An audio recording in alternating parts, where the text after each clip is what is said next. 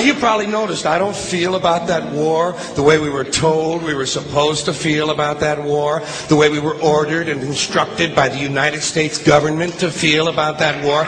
You see, I tell you, my mind doesn't work that way. I got this real moron thing I do. It's called thinking. And I'm not a very good American because I like to form my own opinions. I don't just roll over when I'm told to. Sad to say, most Americans just roll over on command. Not me. I have certain rules I live by. My first rule, I don't believe anything the government tells me. Nothing. Zero. Nope.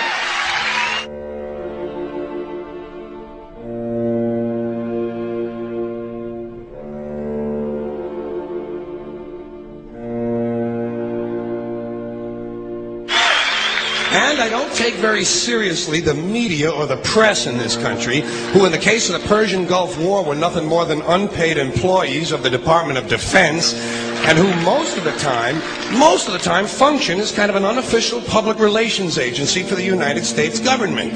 So I don't listen to them. I don't really believe in my country. And I gotta tell you folks, I don't get all choked up about yellow ribbons and American flags.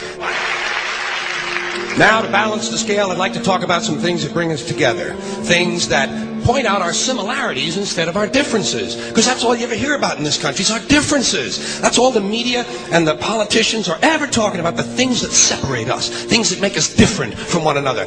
That's the way the ruling class operates in any society. They try to divide the rest of the people. They keep the lower and the middle classes fighting with each other so that they, the rich, can run off with all the fucking money.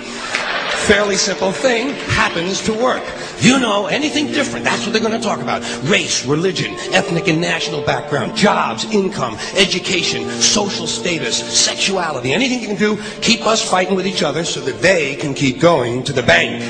You know how I describe the economic and social classes in this country? The upper class keeps all of the money, pays none of the taxes. The middle class pays all of the taxes, does all of the work. The poor are there just to scare the shit out of the middle class. Keep them showing up at those jobs.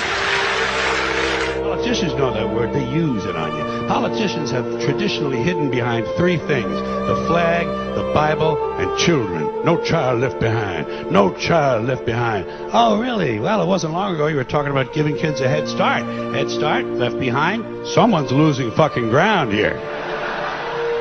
But there's a reason. There's a reason. There's a reason for this.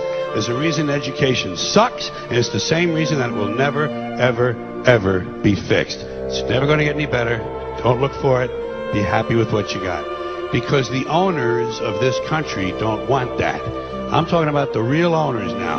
The big, the wealthy, the real owners, the big wealthy business interests that control things and make all the important decisions. Forget the politicians. They're irrelevant. The politicians are put there to give you the idea that you have freedom of choice. You don't. You have no choice. You have owners. They own you.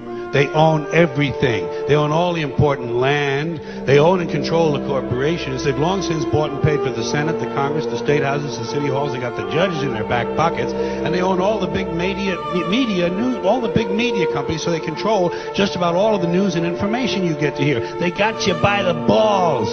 They spend billions of dollars every year lobbying to get what they want. Well, we know what they want. They want more for themselves and less for everybody else. But I'll tell you what they don't want. They don't want a population of citizens capable of critical thinking. They don't want well-informed, well-educated people capable of critical thinking. They're not interested in that. That doesn't help them. That's against their interest. That's right. You know something? They don't want people who are smart enough to sit around the kitchen table and figure out how badly they're getting fucked by a system that threw them overboard 30 fucking years ago. They don't want that. You know what they want? They want obedient workers. Obedient workers. People who are just smart enough to run the machines and do the paperwork, and just dumb enough to passively accept all these increasingly shittier jobs with the lower pay, the longer hours, the reduced benefits, the end of overtime, and the vanishing pension that disappears the minute you go to collect it. And now they're coming for your Social Security money. They want your fucking retirement money. They want it back. so they can give it to their criminal friends on Wall Street. And you know something? They'll get it. They'll get it all from you sooner or later, because they own this fucking place. It's a big club, and you ain't in it. You and I are not in the big club.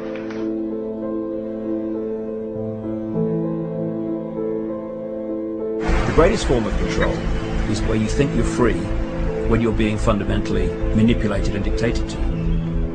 One form of dictatorship is being in a prison cell and you can see the bars and touch them. The other one is sitting in a prison cell but you can't see the bar, you think you're free. What the human race is suffering from is mass hypnosis. We are being hypnotized by people like this. Newsreaders, politicians, teachers, lecturers. We are in a country and in a world that is being run by unbelievably sick people. The chasm between what we're told is going on and what is really going on is absolutely enormous.